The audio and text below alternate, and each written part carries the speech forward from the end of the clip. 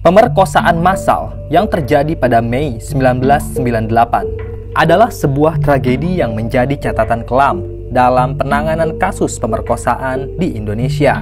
Pada kerusuhan yang terjadi 24 tahun silam, terjadi pemerkosaan massal di beberapa titik yang korbannya sebagian besar adalah para perempuan etnis Tionghoa.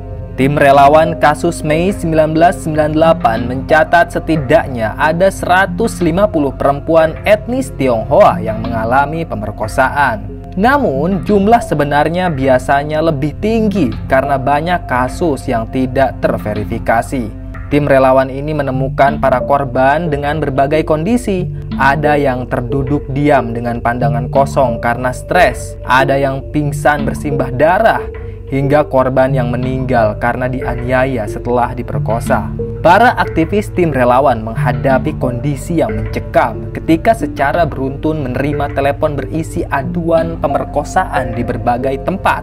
Krisis ekonomi politik yang disertai dengan kerusuhan di berbagai tempat ini menjadi sebuah kondisi yang menyulitkan pertolongan dan juga perlindungan untuk para korban pemerkosaan. Para aktivis yang tergabung dalam tim relawan terus berkeliling untuk memberi bantuan kepada para korban. Fokus utama para aktivis pada saat itu adalah memberikan tempat yang aman untuk para korban. Hal ini dilakukan karena pemerintah tidak langsung merespon pemerkosaan massal yang terjadi di beberapa tempat, sehingga para aktivis bahu-membahu secara mandiri untuk membuat rumah aman untuk keselamatan para korban.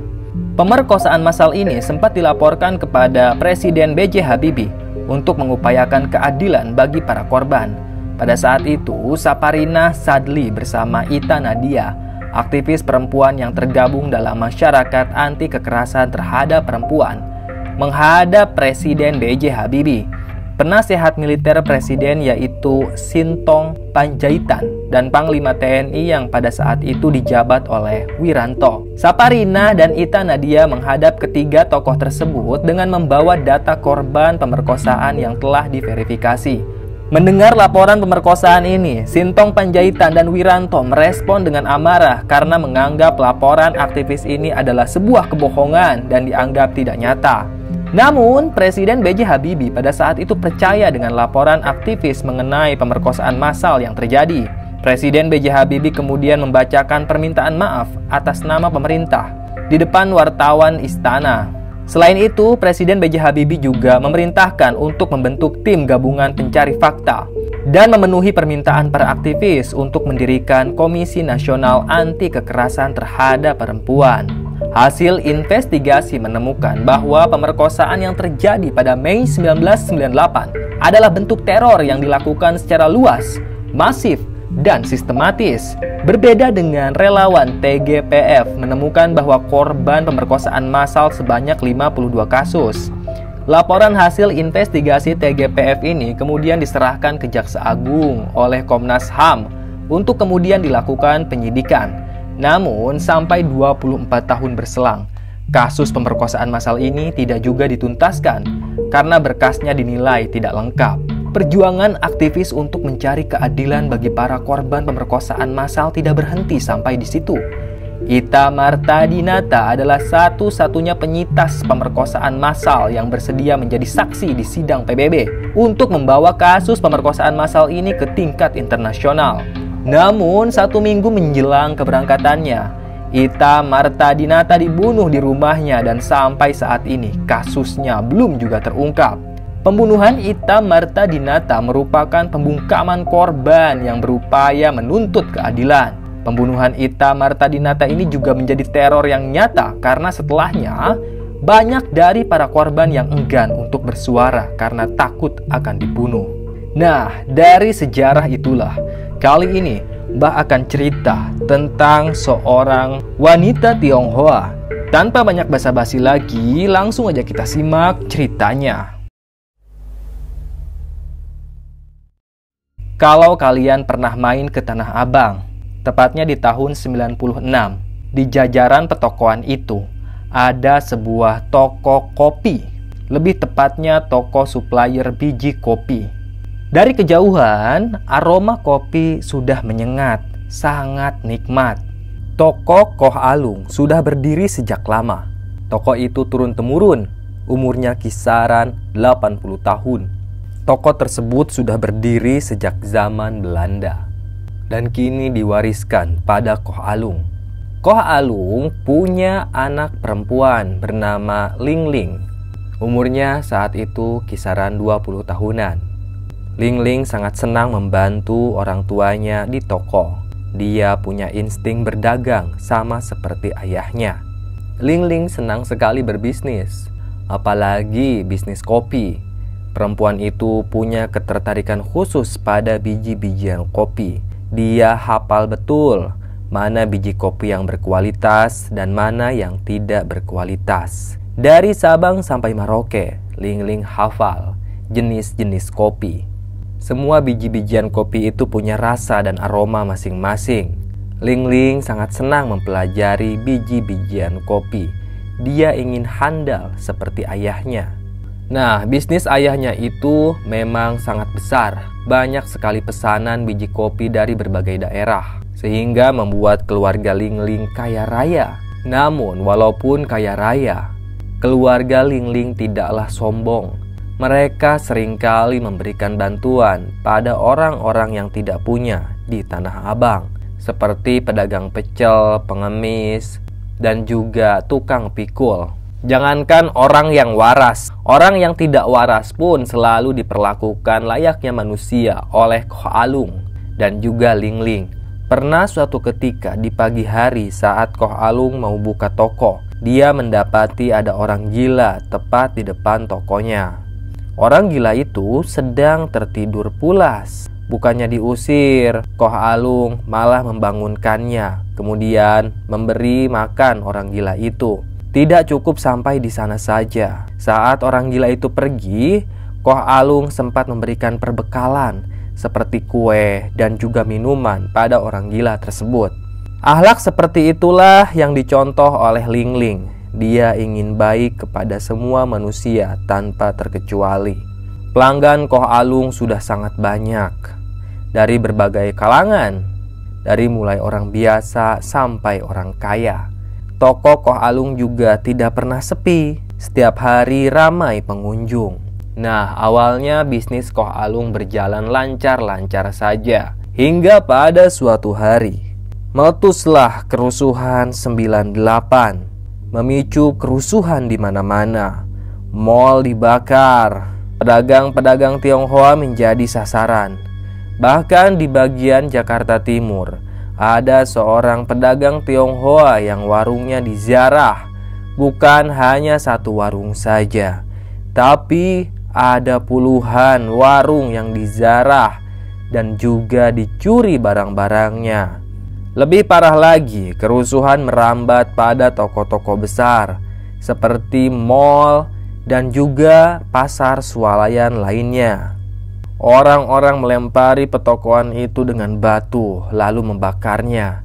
Sementara sebagian lagi barangnya dicuri, dirampas secara paksa, menyebabkan kerugian di berbagai sektor ekonomi.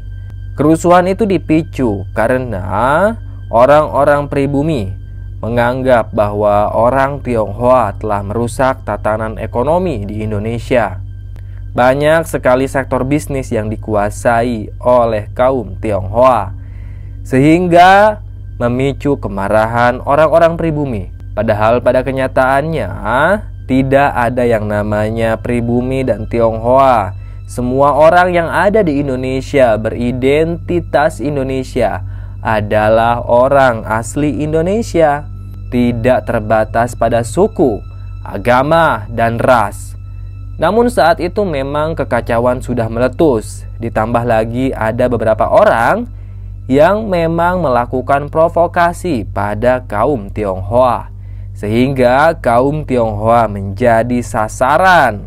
Mereka semua mengamuk, turun ke jalan, dan mengincar orang-orang Tionghoa. Ada hal yang paling mengenaskan yang terjadi pada tahun 98, yaitu pemerkosaan terhadap perempuan Tionghoa. Salah satu korbannya adalah Ling Ling. Pada malam mencekam itu, hujan turun dengan sangat deras. Toko Koh Alung sudah 3 hari tutup. Koh Alung menggemboknya berlipat-lipat agar tidak ada orang yang mendobrak dan menziarah tokonya. Sementara itu, Koh Alung dan keluarganya tinggal di lantai 2. Mereka bersembunyi dan tidak keluar rumah selama berhari-hari. Koh Alung sudah menyiapkan stok makanan untuk anak dan istrinya. Mereka akan menunggu di dalam sampai suasana kondusif. Sesekali Koh Alung mengintip dari balik jendela. Banyak sekali orang-orang yang berlalu lalang membawa balok, batu, dan juga senjata tajam. Tanah Abang benar-benar sudah sangat kacau.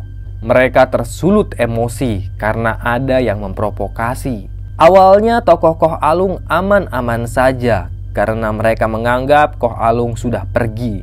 Namun ada satu orang yang tiba-tiba saja menunjuk ke jendelanya Koh Alung. "Woi, dia masih ada di dalam," ucap orang tersebut. Kemudian mereka pun berbondong-bondong mendobrak toko Koh Alung. Jumlah semuanya ada 8 orang. Toko itu berhasil didobrak menggunakan linggis dan alat-alat lainnya. Mereka memasukkan kopi-kopi itu ke dalam karung. Tidak cukup sampai di sana, ke-8 orang tersebut naik ke lantai 2, lalu membunuh Koh Alung dan juga istrinya. Sementara itu, anaknya diperkosa bergiliran. Ling Ling sangat ingat betul kejadian itu. Dia tidak akan pernah melupakan wajah orang-orang tersebut. Untung saja Ling Ling tidak dibunuh, tapi dia mengalami trauma yang sangat menyakitkan. Dan pagi harinya, Ling Ling dievakuasi oleh relawan. Kondisinya sangat memprihatinkan. Ling Ling mengalami stres berat. Dia harus menjalani perawatan selama kurang lebih 1 bulan lamanya. Setelah sadar, Ling Ling tidak henti menangis. Dia masih trauma dengan kejadian tersebut. Ling Ling harus menjalani perawatan selama 1 bulan lamanya. Dan setelah 1 bulan, Ling Ling juga tidak berani ke rumahnya karena dia terus terbayang-bayang dengan kejadian mengerikan tersebut. Tapi yang selalu menempel di benak Ling Ling adalah para lelaki yang jumlahnya 8 orang. Mereka semua menggilir Ling Ling malam itu. Ling Ling masih sangat dendam dengan para lelaki tersebut. Untuk mengatasi traumanya itu, Ling Ling akhirnya pergi ke luar negeri, tepatnya ke negara Jepang. Di sana dia menjalani aktivitas untuk melupakan tragedi-tragedi mengenaskan yang menimpa dirinya. Salah satu aktivitas yang dilakoni oleh Ling Ling adalah ilmu bela diri samurai. Ling Ling belajar sangat tekun, sehingga dia mampu memainkan pedang samurai yang sangat tajam itu. Keahliannya mengolah pedang sangat disegani oleh teman-temannya di sana. Nah, setelah ilmu pedangnya itu matang, Ling Ling kembali ke Indonesia. Dia punya maksud untuk balas dendam pada 8 orang lelaki yang telah menggilirnya. Tentu, Ling Ling cukup kesulitan untuk menelusuri ke-8 orang tersebut. Tapi Ling Ling yakin orang-orang itu pastinya tidak akan jauh dari Tanah Abang. Mereka pasti tinggal di sekitaran itu. Ling Ling menyelidiki orang-orang tersebut. Setiap hari, Ling Ling berkeliling ke pemukiman, mencari wajah yang telah memperkosanya. Kemudian, di suatu gang kecil nan kumuh, tiba-tiba saja Ling Ling melihat seorang laki-laki yang dulu pernah memperkosanya. Ling Ling sangat yakin dia adalah laki-laki tersebut karena wajahnya punya ciri khas. Laki-laki tersebut punya ciri tai lalat di bagian bawah mata sebelah kanan. Saat ditemui oleh Ling Ling, lelaki tersebut sedang main ayam. Dia sedang memandikan ayam jago kesayangannya. Memang lelaki itu suka sekali berjudi sambung ayam. Setiap hari dia melakukan perjudian itu di tengah-tengah pasar Tanah Abang. Saat Ling Ling menemukan lelaki tersebut, langsung saja tanpa banyak basa-basi, Ling Ling mengeluarkan pisau yang ukurannya kisaran 2 jengkal orang dewasa. Mungkin bisa disebut golok, tapi bukan golok. Ukurannya memang panjang, tapi lebarnya cukup kecil. Tapi jangan salah, pisau yang dibawa Ling Ling itu setara pedang samurai. Sangat tajam, sekali tebas saja bisa memutuskan leher. Nah, Ling Ling berdiri di hadapannya. Tiba-tiba saja lelaki itu melongok. Kemudian Ling Ling menarik kerah bajunya lalu membawa lelaki itu ke pojokan. Ling Ling menodongkan pisau tersebut ke lehernya si lelaki. "Kau ingat aku?" tanya Ling Ling. Lelaki itu sudah tidak ingat. "Kau siapa?" tanya lelaki tersebut. "Aku orang yang dulu kau perkosa secara bergilir," ucap Ling Ling. Lelaki tersebut langsung ingat kejadian malam tersebut. "Ampun, jangan bunuh aku," ucap lelaki itu merengek. "Kalau kau tidak mau mati, sebutkan keberadaan 7 orang temanmu yang telah memperkosaku," ucap Ling Ling. Lelaki tersebut pun langsung menunjukkan keberadaan 7 orang temannya, yang ternyata masih satu komplek. Ling Ling sangat senang karena diberi petunjuk. Setelah mendapatkan informasi tersebut, tentu Ling Ling tidak mau pergi begitu saja. Dia langsung menekan sekuat tenaga pisaunya itu ke permukaan leher si lelaki, sampai lehernya itu putus. Kemudian darah muncrat ke wajahnya Ling Ling. Ling Ling pun membuang kepala itu ke comberan. Tentu dengan kejadian tersebut, warga geger karena ada kepala yang ditemukan di got. Mereka sudah lapor polisi dan polisi pun melakukan penyelidikan. Namun Ling Ling tidak mudah ditangkap. Dia sangat ahli untuk bersembunyi seperti bayangan, layaknya ninja. Ling Ling menyelidiki kompleks tersebut selama 1 minggu lamanya dan sudah menandai keberadaan 7 orang yang telah memperkosanya. Sebelum dieksekusi, Ling Ling memberi tanda silang pada rumah-rumah kontrakan yang dihuni oleh ke-7 orang laki-laki biadab itu. Tanda tersebut berupa tanda silang berwarna merah.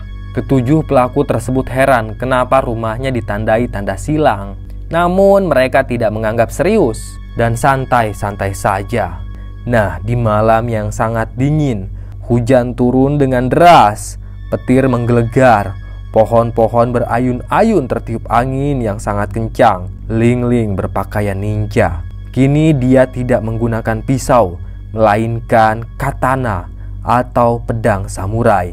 Ling Ling mengenakan kostum serba hitam agar bisa menyelinap di kegelapan. Dengan keahlian yang dia punya, dia naik ke genteng-genteng warga tersebut. Kemudian Ling Ling berhasil menjebol jendela. Dia masuk layaknya ninja yang sangat handal, tidak ketahuan sama sekali. Sebelum Ling Ling melakukan aksinya, terlebih dahulu dia mematikan KWH atau lampu yang ada di dalam kontrakan tersebut. Dan dalam sekejap saja, pelaku itu sudah buntung kepalanya, ditebas oleh Ling Ling. Setelah itu, Ling Ling masuk ke kontrakan lainnya dan menebas para pelaku yang telah memperkosanya. Hanya dalam 20 menit saja, Ling Ling sudah bisa menghabisi semua pelaku. Leher mereka ditebas dengan katana yang sangat tajam. Setelah misinya berhasil, Ling Ling pun pergi begitu saja seperti ditelan alam. Dia tidak pernah terlihat lagi di Tanah Abang dan polisi pun kelimpungan.